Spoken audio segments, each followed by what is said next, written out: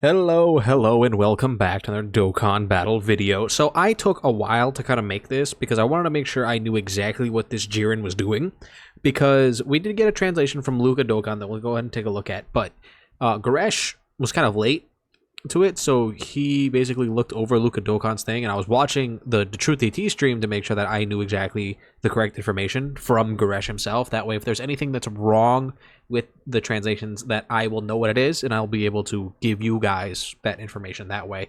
But let's go ahead and jump into Mr. Jiren here. He is quite good. I don't know if I like him that much, but he is good at the bare minimum. I cannot say that he's bad, right? So his leader skill is a new type of carnival leader, technically, right? Universe 11, category key plus 4, attack and defense, HP attack and defense 200%. Universe Survival Saga, key plus 3, attack, HP attack and defense 200%, right? The thing about that is pretty much this entire category, except for Margarita. I don't believe Margarita's on Universe Survival Saga. No, she is. So it literally just makes it so that every character that you see on your screen right now is going to be getting 4 key instead of 3 key, which like really isn't that big of a difference, to be honest with you, right? But I mean, hey, an additional key is nice, and hopefully that just means that when we get future carnival leaders, that they're going to start having a little bit better leader skills going forward, which, you know, is good. So his super attack here gets 30% attack and defense for 1 turn, causes colossal damage to enemy. His ultra super attack greatly raises attack and defense for 1 turn, that's 50%, causes mega colossal damage with a high chance to stun. Not bad, nothing crazy there. His passive, very Jiren, right? Key plus 8, attack and defense 350%. For his first turn, he will do an action break, which we take those, right? Like, there's nothing really inherently wrong with an action break. It's just one of his attacks will action break the enemy, and you'll be able to kind of remove one of the random attacks from the battle. And since we have a lot of fights right now where they're doing so many goddamn attacks, getting rid of one of them that could potentially be a super attack, especially in the Evolution Blue Vegeta fight, right, where they can super attack twice, is probably going to help you out a lot. He gets 50% damage reduction, which is not bad. He gets an additional attack and he gets 50% when attacking, an additional attack plus 100% and great chance of a crit, and damage reduction plus 11% when placed as the second or third attacker in the turn, which, like, is fine. You're probably going to want him there for his first turn here. You're only going to be in this form for that 1 turn. His links are Supreme Warrior, Shocking Speed, Infighter, Godly Power, Tournament of Power, Fierce Battle, and Legendary Power. I believe that's the same link set as this guy. Right? Exact same? Yes, exact same. Yeah. So that's interesting, but, you know, be it as it may. Moving on here to his standby, which can be entered from the 3rd turn from first appearance, from like his first turn, like his 3rd turn, right? So if you're in turn 7, you're not getting this right away. You're going to have to wait until it actually happens, right? It's basically his 2nd turn on rotation. He will be able to use his standby. And he will stand by for 5 turns, in which his gauge will increase by 1 per key sphere collected by his allies. Exact same as like the Buu Saga Spirit Bomb and then Full Power Super Saiyan 4 Goku. Just think about them, right? Exactly the same way. He is unable to attack while in his standby. He gets 350% defense, which is cool. He gives 3 key to all allies, which is nice. He has 50% damage reduction with an additional damage reduction of 11% per key sphere obtained. So very similar to Oob, right? Very, very similar to Oob. He gains an additional defense plus 100% when receiving an attack, so he's just going to be really tanky, especially if you get at least like 5 key spheres, he's going to be completely fine. He randomly changes non-AGL key spheres to AGL key spheres, right? That's what this is supposed to be. This is actually incorrect here. He does not give defensive support. It's just attack support to all allies for 2 turns when he is in the 2nd or 3rd slot. And I think that this ability is pretty useless, in my opinion, because, like, on the teams that he's on, your units are already doing so much goddamn damage that you don't really need that much more. Plus, his value here is going to be that massive tankiness of the damage reduction that you're getting per key sphere obtained. So if you're able to get a bunch of key spheres in slot 1, just put them there. You're not going to make that much use out of the 70% attack for all other allies for 2 turns. Like, it's not going to make that big of a difference for you. Just make sure that you're winning first, right? So if there's a bunch of attacks in slot 1 and you don't have a slot 1 like character that on rotation, or you don't have one that you trust entirely, like if it's like one of the UI Gokus, and there's a bunch of AGL key spheres, just slap him in slot 1, let him tank, and he'll be completely fine. Because especially if you get 5 key spheres, that's 100% damage reduction, right? He should be good. When you go into full power Jiren, which they don't specify how many orbs it takes to get into full power Jiren, right? He gets 50% attack, 30% defense on his 12 key, and does colossal damage. On his 18 key, he gets 100% attack and 30% defense. I would have liked that to be 50%, but it is what it is.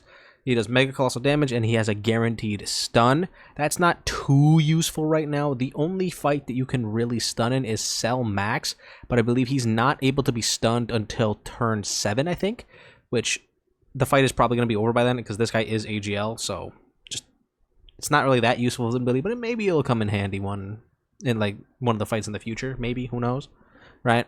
His passive, he gets 11 key and 400% attack and defense. Again, very in character for Jiren. He has 60% damage reduction just straight up. For the first turn of full power Jiren, like when you first get him, he has a scouter, and then he has additional 11% damage reduction. So he's at 71% damage reduction with a scouter, which is nice. Depending on how high his actual start of turn stats are, you might be able to rely on that, which is pretty cool. But considering that the earliest you could potentially see this guy is turn 5, you know who else comes out on turn 5? Tech UI. So you probably don't need to worry about him being in slot 1, because Tech UI, if you had them on the same rotation from the jump, is going to be in his guaranteed dodge turn. So that's pretty cool.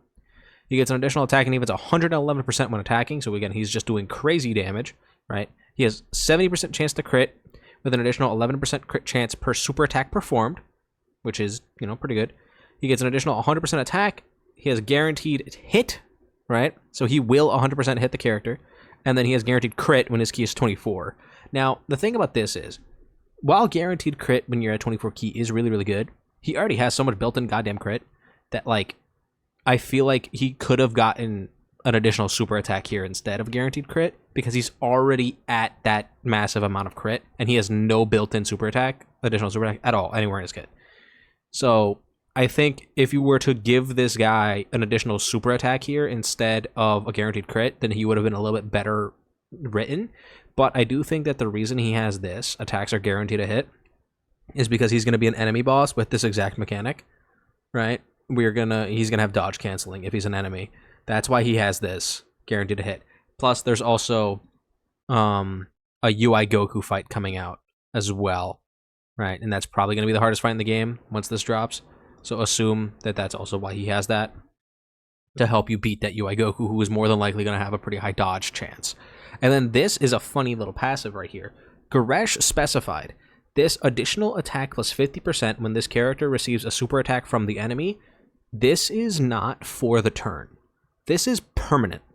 Every single time LR Jiren takes a super attack, he will get a permanent 50% attack buff. That does not go away, and it will stack. So every single time it happens, you're going to get more and more and more and more attack. Well, the thing is, right, again, as I mentioned, this character is going to come out on turn 5 on a team that is full of characters that are doing insane, ridiculous damage numbers. So I don't know how useful that ability is. At most, I could see you getting 1 or 2 stacks of that, but it is a nice little bump of attack, especially if fights get longer and we're able to have Jiren get hit multiple times. That's kind of, I think, why he has the scouter, so that you can put him in front of a super attack, he can get hit by a super attack and get that attack stack.